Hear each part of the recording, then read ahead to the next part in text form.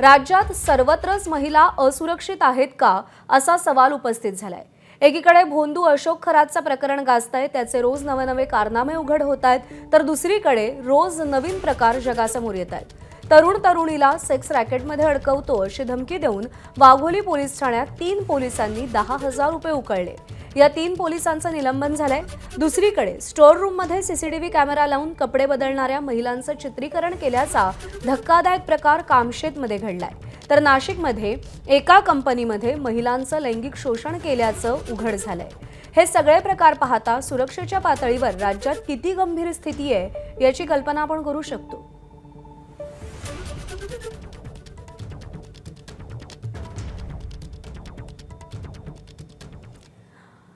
तरुणीला सेक्स रॅकेटमध्ये अडकवतो अशी धमकी देणाऱ्या 3 पोलीस कर्मचाऱ्यांचं निलंबन करण्यात आलंय। पुण्यातील वाघोली पोलीस ठाण्यातल्या 3 पोलीस कर्मचाऱ्यांचं निलंबन करण्यात आलंय। सेक्स रॅकेटमध्ये अडकवण्याची धमकी देऊन आयटी अभियंता तरुणीकडून 10,000 रुपये या पोलिसांनी उकळले। पोलीस हवालदार किरण अब्दागिरी, पोलीस शिपाई गणेश खाडे आणि किरण कांबळे अशी निलंबित कर्मचाऱ्यांची नावं आहेत। पोलीस आयुक्त अमितेश कुमार यांच्यासमोर तक्रार केल्यानंतर या प्रकरणाची शहानिशा करण्यात आली।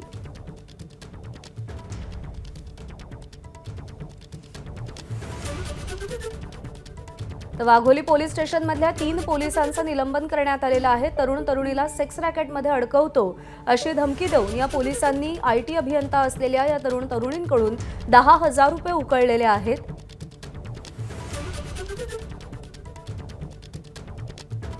पुण्याच्या कामशेत परिसरात असलेल्या एका दुकानात कपडे बदलण्यासाठी गेलेल्या महिलेचे सीसीटीव्ही कॅमेऱ्याच्या सहाय्याने चित्रीकरण केल्याची धक्कादायक घटना समोर आली आहे। या प्रकरणी कामशेत पोलिसांनी दुकान मालकावर गुन्हा दाखल करून त्याला अटक केली आहे। मुकेश मुथा असं अटक करण्यात आलेल्या आरोपीचं नाव आहे।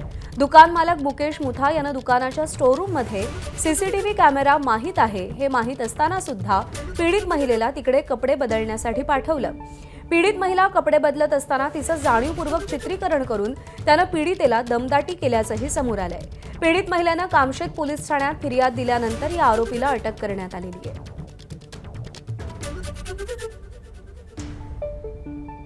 छत्रपती संभाजीनगरमध्ये भाजीमध्ये केस सापडल्यानं पतीकडून रक्तबंबाळ होईपर्यंत पत्नीला मारहाण करण्यात आली आहे। अमानुष मारहाणीला आणि सासरच्या सततच्या छळाला कंटाळून 25 वर्षीय विवाहितेनं गळफास घेऊन आत्महत्या केली। या प्रकरणी छावणी पोलिसांनी मृत महिलेच्या पतीसह सासरच्या 7 जणांना बेड्या ठोकल्या।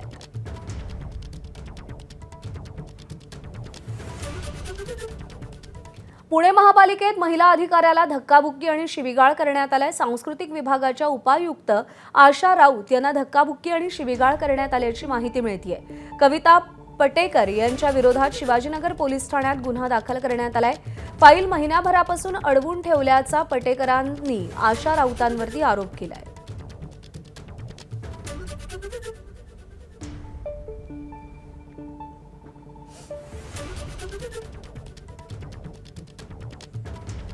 बातमी ठाणेकरांसाठी आहे। ठाणेकरांचं मेट्रोचं स्वप्न अजूनही पूर्ण होत नाहीये। ठाण्यातून जाणारी मेट्रो 4 मार्गिका गेली 10 वर्ष रखडली आहे। गेल्या वर्षी मुख्यमंत्री देवेंद्र फडणवीस आणि उपमुख्यमंत्री एकनाथ शिंदे, परिवहन मंत्री प्रताप सरनाईक यांच्या उपस्थितीमध्ये ट्रायल रन तर सुरू झाली, मात्र एबीपी माझाच्या पडताळणीमध्ये अजूनही पहिल्या टप्प्यातील काही स्थानकांची कामं अपूर्ण असल्याचं दिसून आलंय। पहिला टप्पा कार्यान्वित होण्यासाठी अजून काही वेळ लागेल अशी चिन्ह दिसतायत। हा उशीर का होतोय, वारंवार डेडलाईन पुढे का जातीये याबद्दल विचारणा करूनही एमएमआरडीएकडून कोणतीही प्रतिक्रिया आलेली नाही। 2016 साली पंतप्रधान नरेंद्र मोदी यांनी भूमिपूजन करून या मेट्रोच्या कामाचा शुभारंभ केला होता। प्रत्यक्ष कामाला 2018 मध्ये सुरुवात झाली, पण मेट्रो 4 आणि मेट्रो 4A चा पहिला टप्पा अजूनही कार्यान्वित झालेला नाही। त्यामुळे हजारो कोटींचे रस्त्याचे प्रकल्प सुरू करण्यापेक्षा जे अर्धवट प्रकल्प आहेत ते पूर्ण करा अशी मागणी ठाणेकर करतात।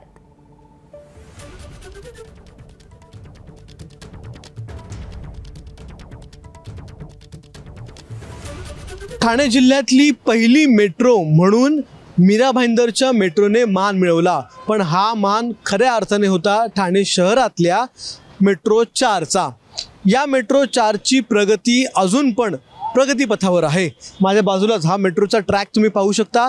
गेल्या अनेक वर्षांपासून म्हणजे 2017 पासून या मेट्रोचं बांधकाम हे सुरू करण्यात आलेलं होतं. त्यानंतर 2021ची पहिली डेडलाईन होती. गेल्या वर्षी सप्टेंबर महिन्यामध्ये मुख्यमंत्री देवेंद्र फडणवीस, उपमुख्यमंत्री एकनाथ शिंदे यांच्या उपस्थितीत या मेट्रोच्या ट्रायल रन सुरू करण्यात आला होता.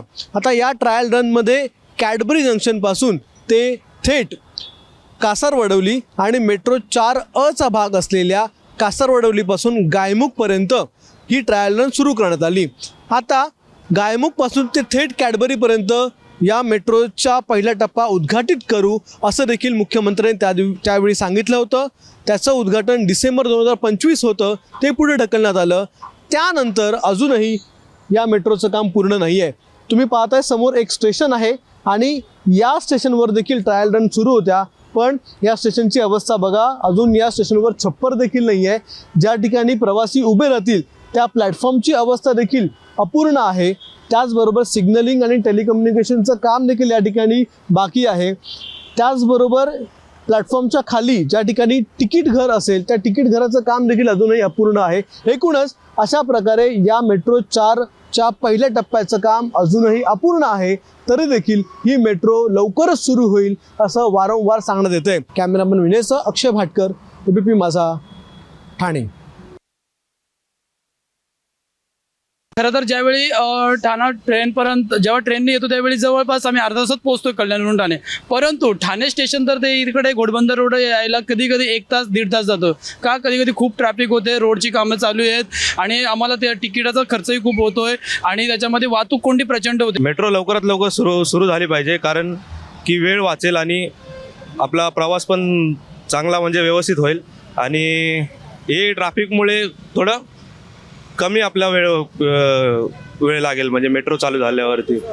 मी रेग्युलर सायकलिस्ट आहे आणि अडचणी अशी आहे की अशी हाल झाली आहे लोकांची की चालवायला पण जागा नाही, सायकलिस्टला तर काय चान्सच नाही या ठिकाणी.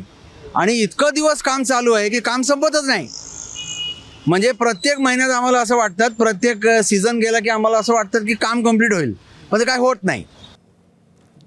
दरम्यान ठाणे मेट्रो रखडण्यावरती शरद पवारांच्या राष्ट्रवादीचे आमदार जितेंद्र आव्हाड यांनी काय म्हटलंय पाहूया. आपल्याबरोबर जितेंद्रजी आव्हाड आहेत. काम संत गतीने चालू आहे.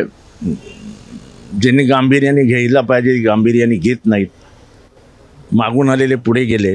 दुर्दैवाची बाब आहे. आणि ठाण्याचं ट्रॅफिक म्हटलं तर आजकाल जीवावर येतं. जी कोणी वजनदार नेते आहेत त्या वजनदार नेत्यांनी आपलं वजन इथे खर्ची करावं. सुरुवातीला 2021ची डेडलाईन होती, ती मिस झाली.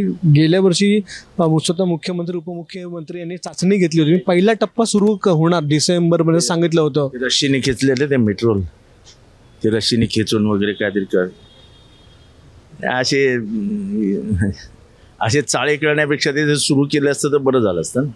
काल एका मोठ्या प्रकल्पाचं उद्घाटन, त्याचं TBMचं उद्घाटन झालं, ठाणे बोरिवली भुयारी मार्गाचं. हा प्रकल्पाची गरज नसती जर ठाणे मेट्रो सुरू झाली असती, कारण की ट्रॅफिक कमी झालं. एक प्रकल्प आहे ज्याची गरजच नव्हती, पण ते आधी असं आहे की ठाण्याला ज्याची गरज आहे ती गरजच कोणी ओळखलेली नाही. ठाण्याला मुख्य गरज आहे पाण्याची. हायकोर्टामध्ये तुम्ही लिहून देता, हायकोर्ट विचारतं पाणी आहे का? हो पाणी आहे ना, पाणी आहे, पाणी आहे. आणि ह्यावेळेस जर पाऊस पडला नाही तर ठाण्यातल्या घराघरात पाणी नसेल. घराघरात म्हणजे मी फक्त मुंब्रा कळवा विरुद्ध बोलत नाही. सर्वात कीव येते ते घोडबंदर वासियांची. प्रत्येक सोसायटीला 4 ते 5 लाख रुपये टँकरची बिलं भरावी लागतात आणि तरी गरीब बिचारी माणसं मतं देत आहेत. त्या मतांचा तरी सन्मान ठेवा आणि काहीतरी पाण्याची सोय करा. कॅमेरामन विनयसह अक्षय भाटकर, एबीपी माझा, ठाणे. रस्त्यावर अनधिकृत उभी गाडी उचलली की त्यासाठी आपण पोलिसांकडे दंड भरतो. छत्रपती संभाजीनगरातही वाहन चालकांकडून असा कोट्यवधी रुपयांचा दंड आजवर पालिका प्रशासनाकडून आकारण्यात आला, पण तो पैसा पोलिसांना मिळालाच नसल्याचं दिसून येत आहे. छत्रपती संभाजीनगरात महानगरपालिका रस्त्यावर उभी 4 चाकी उचलण्यासाठी गाडी मालकाकडून 2,000 रुपये घेत होती. त्यातील 500 रुपये पालिकेला, गाडी उचलणाऱ्या खासगी कंपनीला 1,000 रुपये आणि पोलिसांना 500 रुपये असा नियम होता. पण पालिका ज्या गाड्या उचलते त्याच्याशी आमचा कोणताही संबंध नाही असं पोलिसांचं म्हणणं आहे. मग पोलिसांच्या नावे नागरिकांकडून जमा केलेले 500 रुपये आहेत कुठे असा प्रश्न पडतो. आता या सगळ्या प्रकरणाची पुन्हा चौकशी करण्याचं आश्वासन महापौरांनी दिलंय.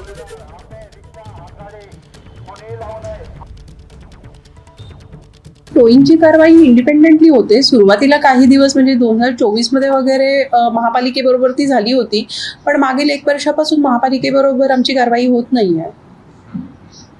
त्यामुळे आमचा फोर्सच नसतो त्यांच्याबरोबर, त्यामुळे इतर गोष्टींचा काही प्रश्नच येत नाही. आपण साहेब 4 व्हीलर रोडवर असले त्या 4 व्हीलर उचलतो, 2 व्हीलर उचलतो आणि रिक्षा पण उचलतो रोडवर असल्यावर. आणि आपण काय दंड, किती दंड देतो त्याला? 2000 रुपये दंड आहे साहेब 4 व्हीलरला. रिक्षाला पण 2000 आहे. गाडीला लायसन पेपर नसल्यावरती 1000 रुपये 2 व्हीलरला आहे. ओके. तुमच्यावर पोलीस वगैरे असतात? नाही, कोणी नसतं साहेब आमचं. पोलीसवाले नसतात का? नाही, कोणी. त्या विषयाची पूर्णतः चौकशी केली जाईल आता, की बाबा हे ठराव काय होता, त्याचं काय डिफरन्सेस झालेले आहेत त्याच्यामध्ये.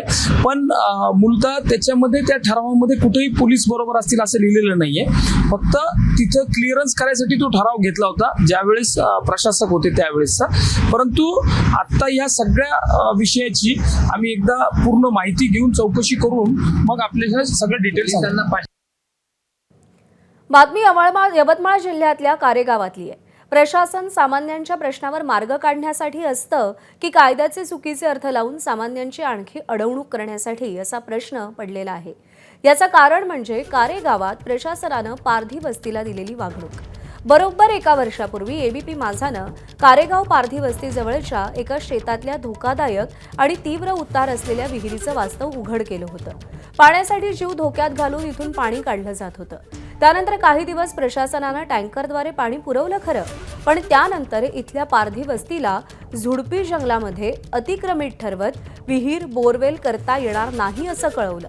अखेर पाण्यासाठी प्रशासन काही करत नाही म्हणून पारधी वस्तीतल्या लोकांनी वनहक्क कायद्याचा मार्ग अवलंबला. वनहक्क कायद्याच्या तरतुदीनुसार राहत्या जागी घराचा मालकी हक्क, जमिनीचे पट्टे मिळवण्यासाठी यवतमाळ महसूल प्रशासनाकडे अर्ज केले. मात्र प्रशासनानं वनहक्क कायदा 2006च्या नियमांना तिलांजली दिली. नागरिक 1994 पासून राहत असल्याच्या पुराव्यांकडे दुर्लक्ष केलं. आदिवासी असूनही बिगर आदिवासी संदर्भातले निकष लागू करत त्यांच्याकडे 3 पिढ्यांपूर्वीचे पुरावे मागत सगळ्यांचे अर्ज फेटाळले. त्याशिवायही धक्कादायक म्हणजे अर्ज फेटाळल्यावर अर्जदाराला अपिलासाठी 60 दिवसांचा अवधी मिळतो. मात्र यासंबंधीची नोटीस चक्क 2 महिने उशिरा म्हणजे फेब्रुवारीची नोटीस एप्रिल महिन्यामध्ये पाठवली.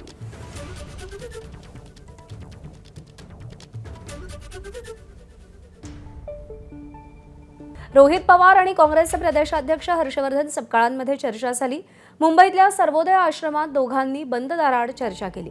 बारामती पोटनिवडणुकीच्या अनुषंगानं चर्चा होत असल्याची माहिती मिळतेय. पोटनिवडणुकीमध्ये अर्ज माघारीचा आजचा शेवटचा दिवस आहे. उमेदवार देण्याचा काँग्रेसला अधिकार आहे असं शरद पवारांनी आधीच स्पष्ट केलंय. सुनेत्रा पवारांची सपकाळांसोबत 2 वेळा फोनवरून चर्चा झाली आहे.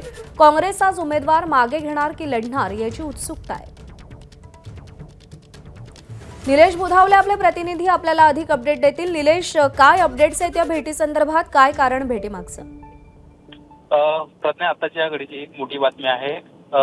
पुतण्या आपल्या काकीसाठी आता कुठेतरी पुढाकार घेताना दिसतोय आणि यामुळेच आमदार रोहित पवार जे आहेत ते हर्षवर्धन सपकाळ यांच्या भेटीला पोहोचलेले आहेत आणि त्या ठिकाणाहूनच महाराष्ट्र काँग्रेसचे प्रभारी रमेश चेन्नीथला यांच्यासोबत देखील आता संवाद साधण्यात आल्याची माहिती मिळते. बारामती विधानसभेच्या पोटनिवडणुकीच्या अनुषंगाने अतिशय महत्वाची ही भेट आहे. या भेटीच्या निमित्तानं सुनेत्रा पवारांना बिनविरोध करण्यासाठी राष्ट्रवादी काँग्रेस पक्ष तर प्रयत्न करतोय, मात्र आता राष्ट्रवादी काँग्रेस शरदचंद्र पवार पक्षातला महत्वाचा नेता असणारी रोहित पवार हे देखील आपल्याला प्रयत्न करताना दिसत आहेत. आपल्या काकीसाठी ते देखील एक पुढाकार घेताना आपल्याला दिसत आहेत. आता काँग्रेस या सगळ्या विषयासंदर्भात काय भूमिका घेत आहेत हे लवकरच आपल्याला स्पष्ट होईल. मात्र सध्या रमेश चेन्नीथला यांच्या वतीनं आपण पक्षश्रेष्ठींसोबत बोलू आणि त्यानंतर आपला निर्णय जाहीर करू अशा पद्धतीची भूमिका मांडण्यात आलेली आहे. आज उमेदवारी अर्ज माघारी घेण्याचा शेवटचा दिवस आहे आणि आता आजच्या शेवटच्या दिवसात अनेक महत्वाच्या घडामोडी आपल्याला पाहायला मिळतील. बरोबर आहे. आणि निलेश, आपल्याला माहिती आहे की बारामतीची पोटनिवडणूक लढवण्याचा निर्णय हा दिल्लीतून झालेला आहे असं सातत्यानं काँग्रेसकडून सांगितलं जातंय. त्यात रमेश चेन्निथलांशी झालेली बातचीत देखील महत्त्वाची ठरते. काय अंदाजे आतापर्यंतचा काँग्रेसचा पवित्रा बघता आजच्या शेवटच्या दिवशी त्यात काही बदल होऊ शकतो का?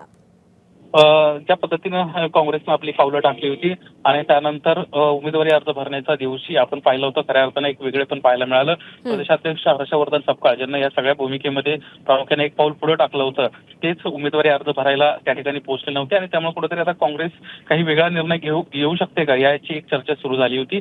त्यातच खासदार पार्थ पवार यांना एक काँग्रेसच्या अनुषंगानं स्टेटमेंट केलं आणि काँग्रेसचा डाऊनफॉल सुरू झालाय अशा पद्धतीची भूमिका मांडली आणि त्यानंतर काँग्रेसमध्ये देखील एक नाराजीचा सूर पाहायला मिळाला होता. त्यानंतर अनेक राष्ट्रवादी काँग्रेस किंवा राष्ट्रवादी काँग्रेस शरदचंद्र पवार पक्षातल्या नेत्यांना देखील नाराजी व्यक्त केली होती. आज आता राष्ट्रवादी काँग्रेस शरदचंद्र पवार पक्षानं पुढाकार घेतलाय.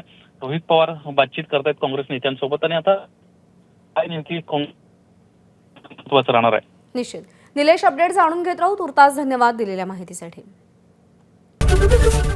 एबीपी माझा, उघडा डोळे बघा नीट.